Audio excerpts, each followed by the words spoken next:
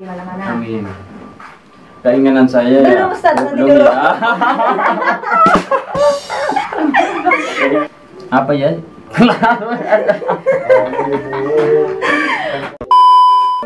Hai guys, welcome to my channel. It's Maya Antoni. So di video kali ini aku bakal ketemu sama salah satu ustadz muda yang lagi kondang banget. Tapi kali ini nggak di rumahku guys, karena kita bakal datang ke rumah beliau. So kalau kita keluar rumah harus pakai masker. Dan buat kalian penasaran aku bakal ketemu sama siapa, kalian stay tune terus ya.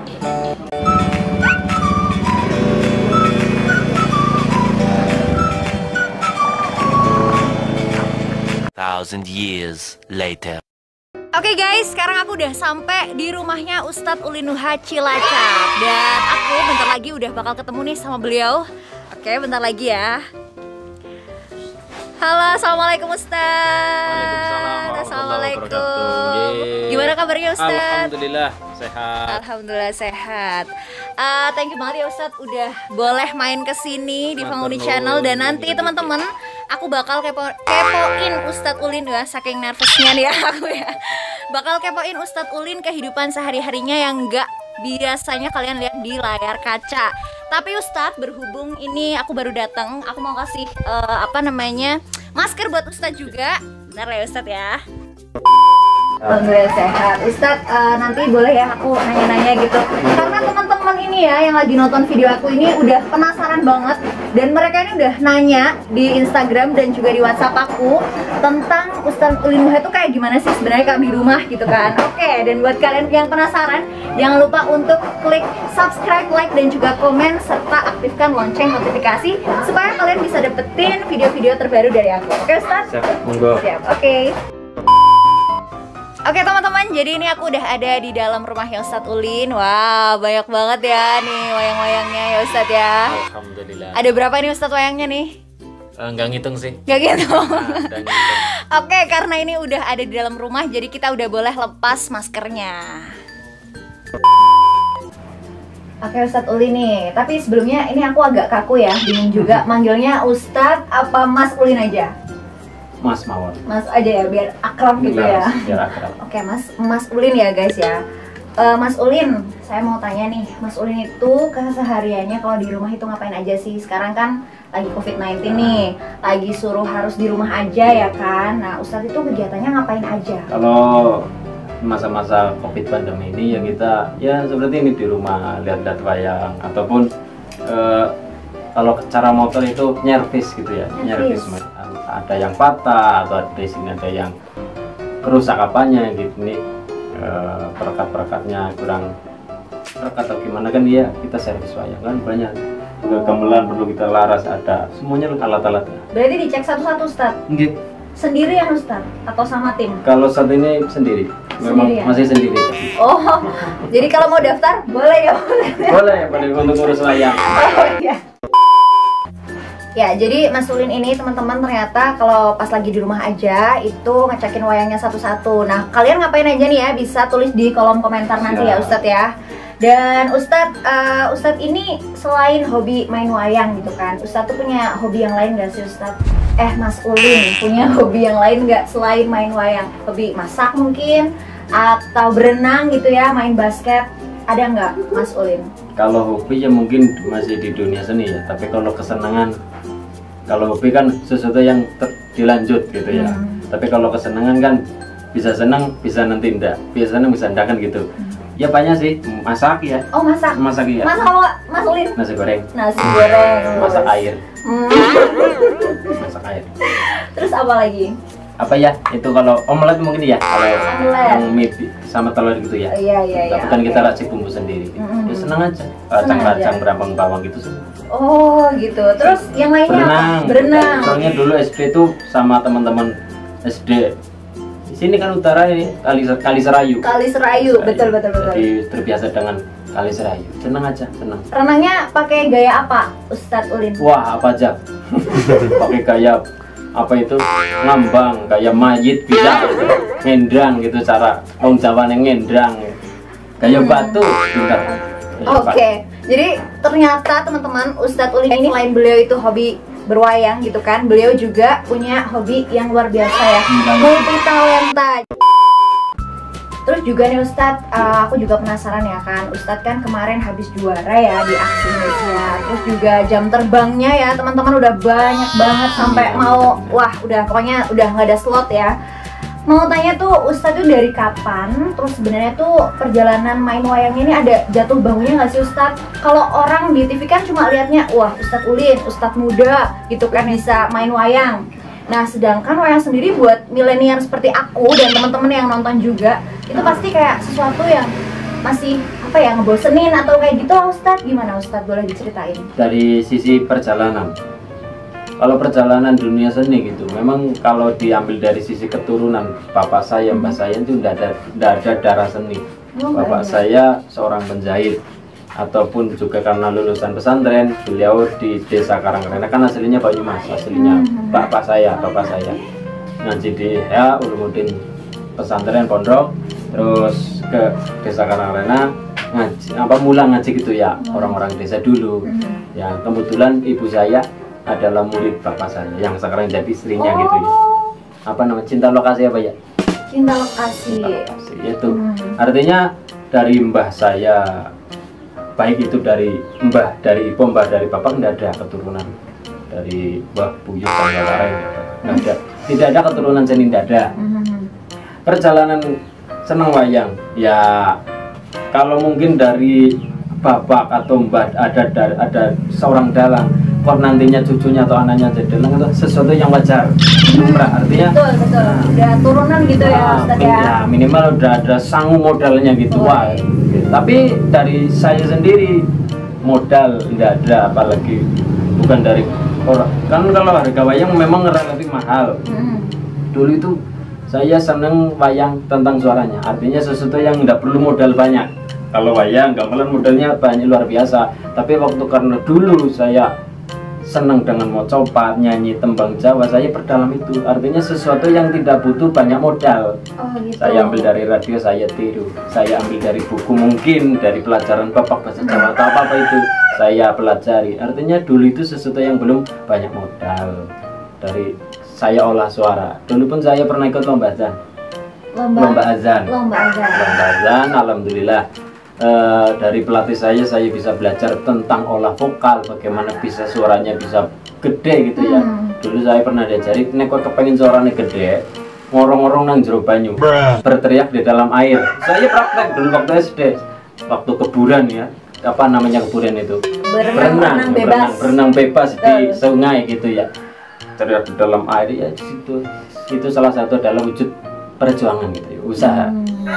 Tidak ada darah seni, tidak ada, tapi karena saya terpanggil karena hati saya senang. Pertama saya senang suara di radio, setel apa ini, bingung kan saya, di sini apa, saya tanya ke mbah saya, apa ini mbah, wayang. Oh kok senengnya di mana? Katanya satu orang kok bisa banyak suara. Saya pelajari, saya ada yang bingung, tanya ke mbah saya. Beliau sih bukan dalang, bukan jelasin, cuman ya karena orang tua ya, seorang mbah gitu ya, mungkin karena dulunya suka nonton wayang, jadi minimal tahu tentang beberapa tentang pewayangan gitu saya tahu. Oh gitu.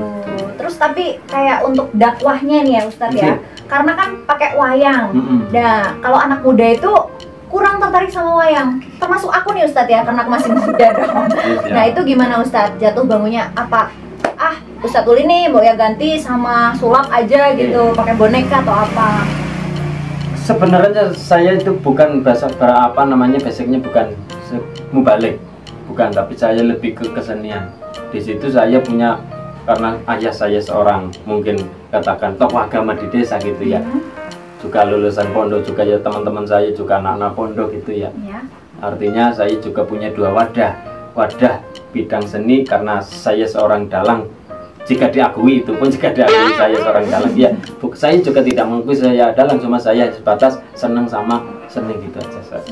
Pelaku seni, senang seni gitu, cinta seni gitu. Juga wadahnya teman-temen juga dari seorang mubalik, teman-teman saya juga banyak dari pondok-pondok itu juga teman-teman ayah mensupport gitu ya, untuk saya kembangkan. Oh iya, kebetulan sejalan pas ada tokoh agama, ada tokoh seni, saya gabungkan, jadilah seperti apa yang diajarkan oleh para wali terdahulu. Oke. Oke teman-teman, jadi ternyata perjalanan Ustadz Ulin Nuha ini nggak segampang pas kita lihat di TV aja ya Ustadz ya. Jadi benar-benar udah jatuh bangun sampai akhirnya hari ini beliau sudah bisa sangat luar biasa. Tapi Ustadz, ngomong-ngomong nih ya, ini kan kalau aku lihat di rumahnya Ustadz nih ya, teman-teman juga bisa lihat ada banyak banget wayangnya. Bisa sampai segini banyak tuh gimana Ustadz caranya? Apa dikumpulin satu-satu atau gimana Ustadz?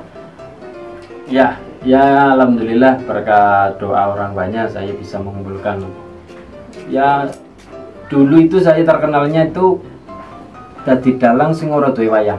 Oh gitu. Iya, karena saya pertama terjun dalam dunia seni itu memang saya lebih mengandalkan ke olah suara, olah tembang apapun itu ya berhubungan dengan sesuatu yang belum berwujud. Kalau wayang kan sudah berwujud. Iya betul. Ini gamelan sudah berwujud. Tapi kalau suara kan memang punya milik masing-masing. Anda punya suara, jenengan suara, saya punya suara. Tapi kalau ini kan sesuatu yang berwujud yang tidak semua orang walaupun punya modal sekalipun, tapi kalau tidak terbang karena hati, tidak mungkin bisa gitu. Itu artinya karena saya terkenal seorang dalang yang tidak dulu, dan tidak dalang orang dewa yang sama. Kalau orang lain minimal punya wayang untuk sabet perang itu, tapi saya belum. Karena saya alhamdulillah diberi anugerah, entah itu anugerah, entah itu titipan, entah itu apapun itu dari Allah, saya syukuri. Semoga Allah memberikan keberkahan semua itu. Saya yakin sedikit saya kumpulkan, enggak langsung segini sih, enggak langsung, tetap satu gitu. Jadi emang butuh perjuangan step by step. Akhirnya rumahnya Ustadz Ulin ini dipenuhi dengan wayang-wayang yang bisa menjadi media dakwahnya beliau. Karena wayang itu juga sebagai apa namanya ya, ketika saya pribadi melihat wayang senang aja. Ketika saya lagi pusing lihat wayang, ya ini sebagai obat mungkin ya, obat itu. Pelipu lara gitu ya Ustadz ya. Karena apa? Ketika saya melihat wayang saya jadi kelingan, teringat perjuangan dulu. Jadi ini juga memberikan apa ya, sebuah pesan juga buat aku dan buat teman-teman juga, bahwa meskipun anak muda ya, kita nggak boleh lupa sama perjuangan orang-orang hebat terdahulu yang malah menjadi inspirasi bagi kita buat maju gitu ya Ustadz ya. Tapi nih Ustadz, kalau kita ngomong-ngomong sekarang nih ya Ustadz ya, Ustadz Ulin ini pengen nggak sih berinovasi, misalnya Ustadz ganti pakai media sulap misalnya kan, atau media apa gitu ya yang lain yang selain wayang Ustadz, gimana? Kalau kedepannya sih tetap kita bukan sih mengganti, tapi kita berkolaborasi. Betul. Kalau mengganti kita hilangkan wayang itu ya saya rasa belum bisa. Tapi kalau berkolaborasi ya insya Allah seperti itu. Artinya kalau hilangkan wayang ya mungkin udah bisa. Tapi kalau berkolaborasi dengan sulap, apapun nantinya kita bisa.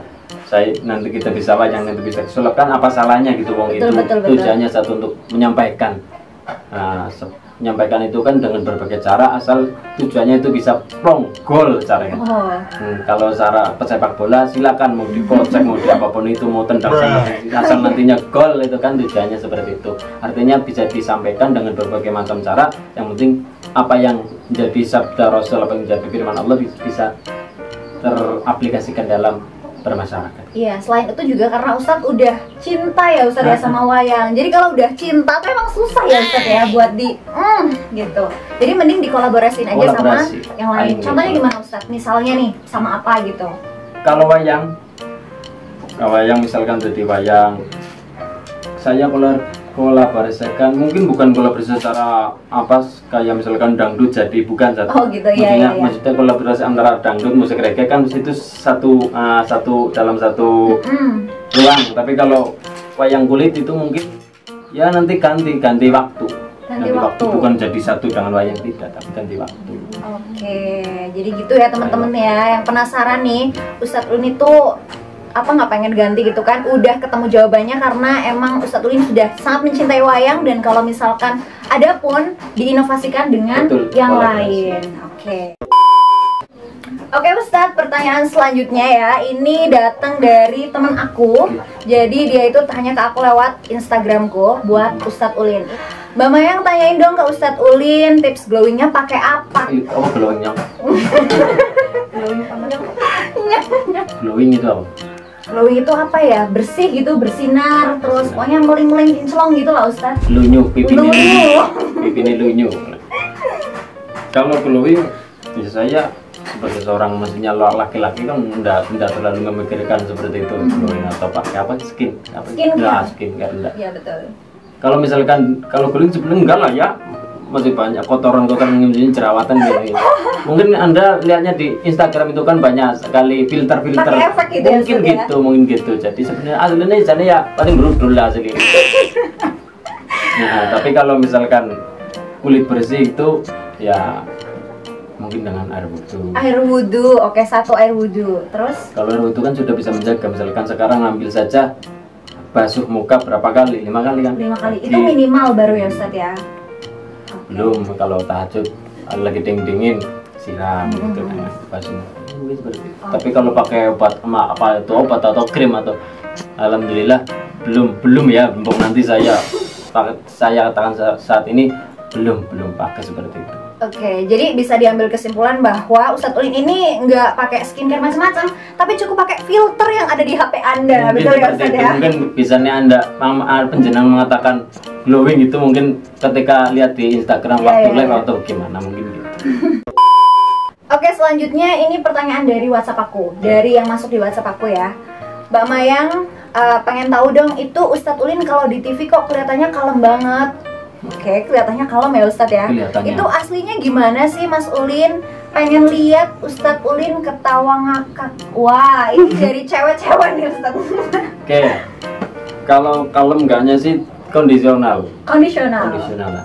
Artinya ya masa kalau sama orang yang belum kenal kita belum kendaraan ini sok kenal gitu ya. Tapi kalau saya pribadi dengan teman yang sudah kenal ya biasa aja. Guyonan apapun itu, guyonan jahil-jahilan itu sebenarnya seperti itu. Tapi kalau orang yang belum kita kenal ya karena orang itu kesan pertama yang kita adalah harusnya sesuatu yang baik. Nah gitu.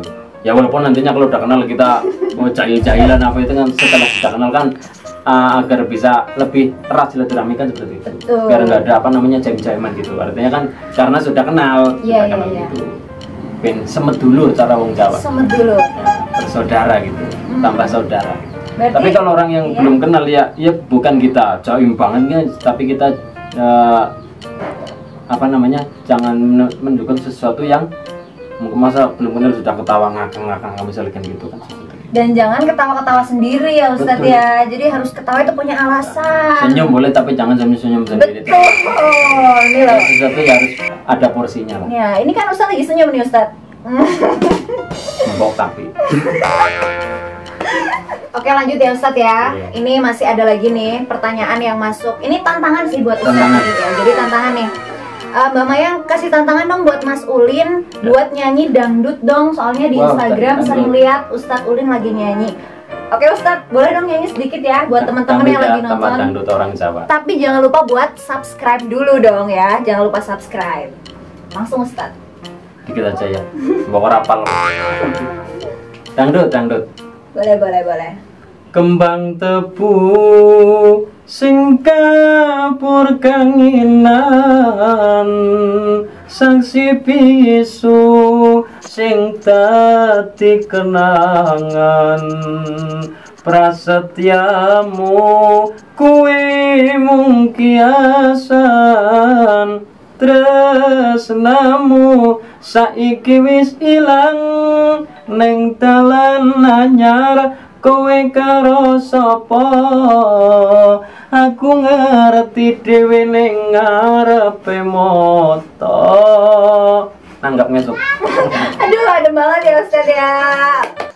Ternyata suaranya Ustadz Ulin ini keren banget teman-teman ya, punya bakat juga buat nyanyi dangdut. Siapa tahu besok dakwahnya juga dikolaborasikan dengan nyanyi dangdut. Tapi Ustadz, tadi kan tantangan dari teman aku nih.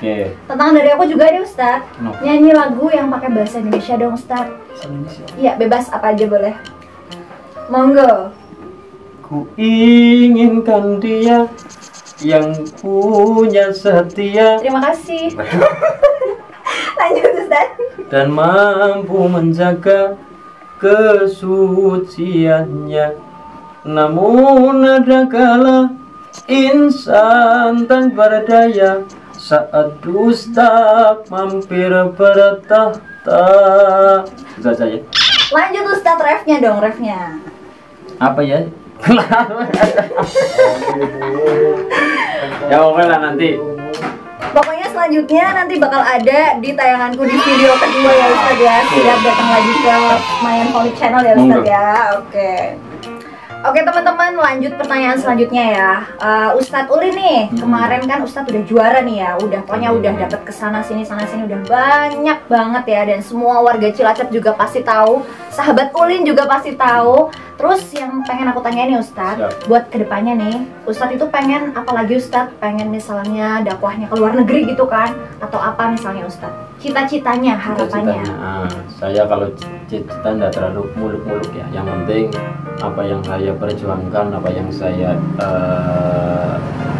dengan wayang, terutama kan saya mengupas kembali sesuatu yang sudah tertinggal. Betul. Bukan sesuatu yang hilang, tapi sesuatu yang sudah tertinggal. Siapa? Yaitu dengan ajaran para wali seperti ini, mengajarkan Islam yang rahmatan lil alamin. Bagaimana Islam yang tidak memukul tapi merangkul seperti ini, dan bermasyarakat, apa yang masyarakat cintai kita masuk, mereka cinta tembang kita masuk dengan tembang, kita dakwahkan. Nah, seperti itu kan, sesuatu itu diajarkan oleh para wali bagaimana hidup bertoleransi. Betul. Walaupun harus kita tetap punya tujuan menyampaikan apa yang jadi tuntunan dari Allah dan Rasulullah.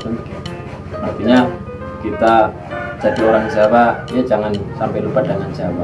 Saya seperti ini bukan mengajarkan mudah, tapi saya ingin mengupas kembali sesuatu yang sudah tertinggal.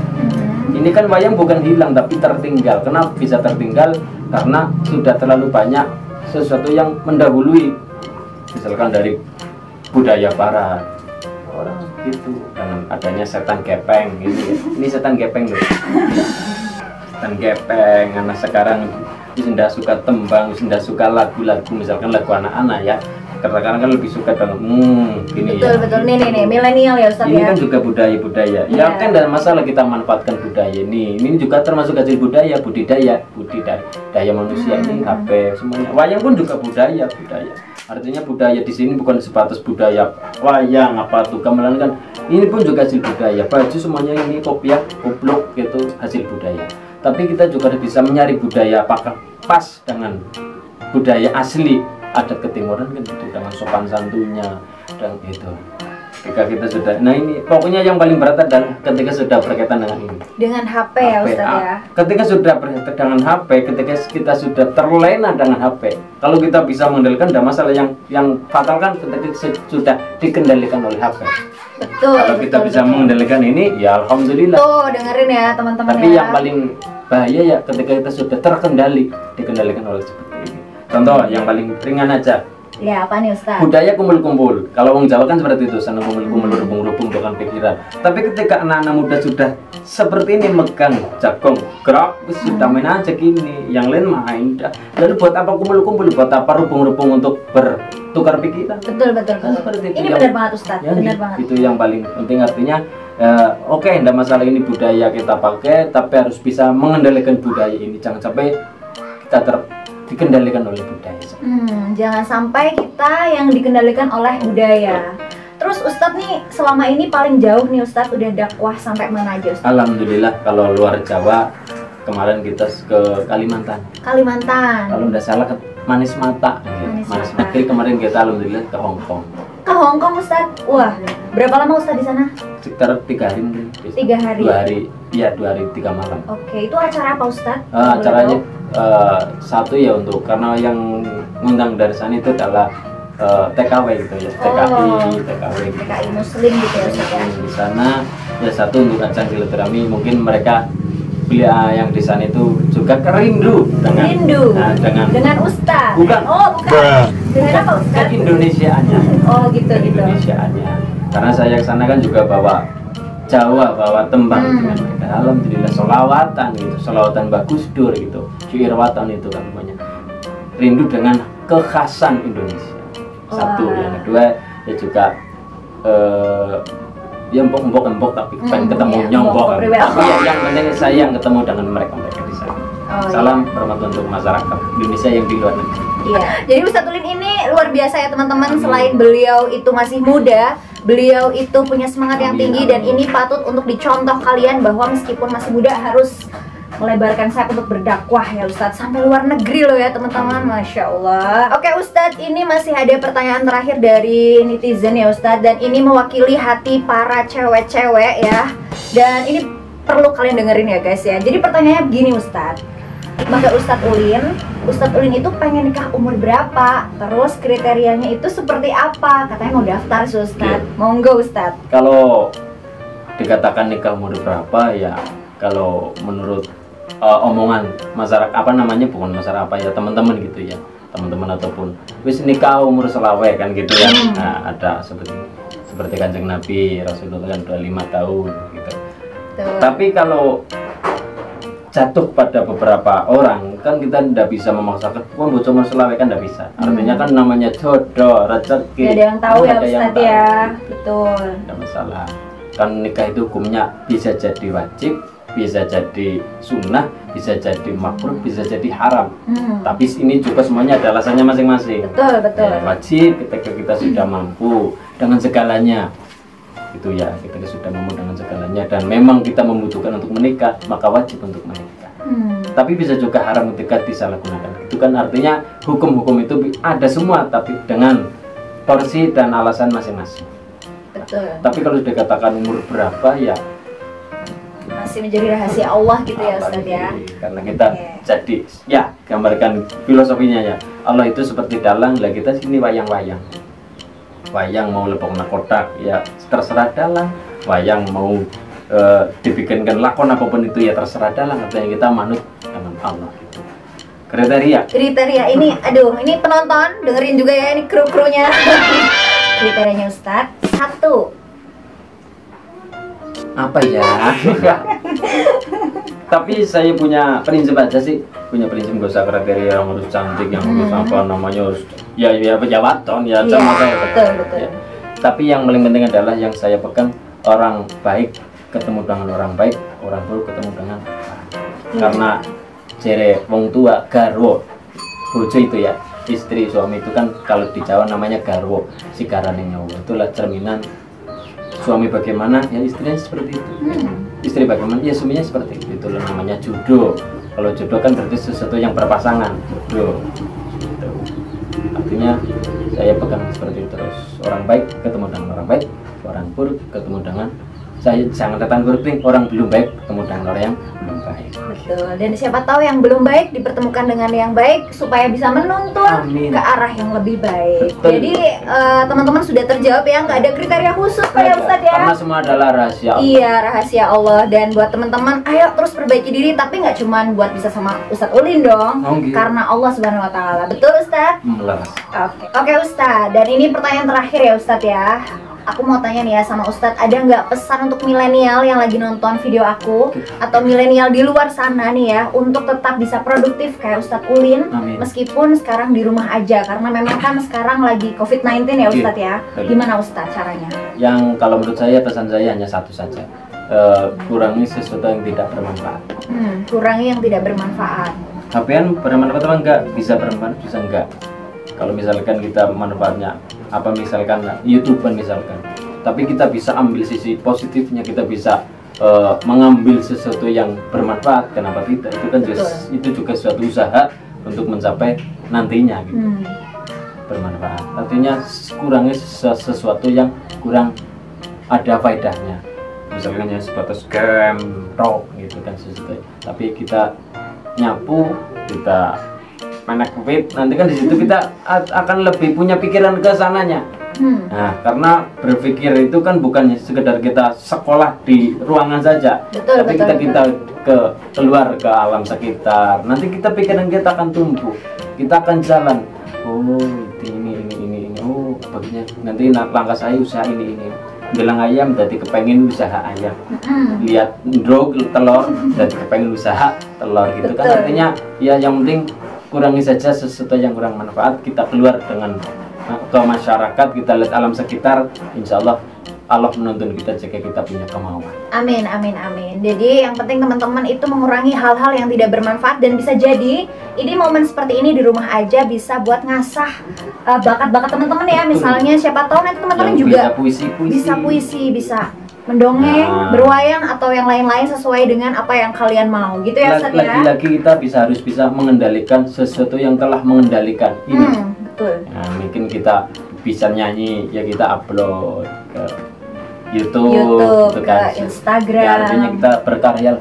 Berkarya. Gitu. Oke, gitu ya teman-teman ya. Jadi udah kejawab semuanya pertanyaan dari kalian yang masuk di DM aku dan juga di WhatsApp aku. Dan jangan lupa ya, buat kalian yang nonton video ini, kalian harus subscribe karena ini momen langka banget, bisa langsung tanya-tanya sama Ustadz Ulin secara eksklusif ya Ustadz ya. Dan kalian juga teman-teman bisa juga buat nonton video-videonya Ustadz Ulin, ada di YouTube Dalang Ulinuha, dan kalian juga bisa subscribe karena subscribe itu gratis.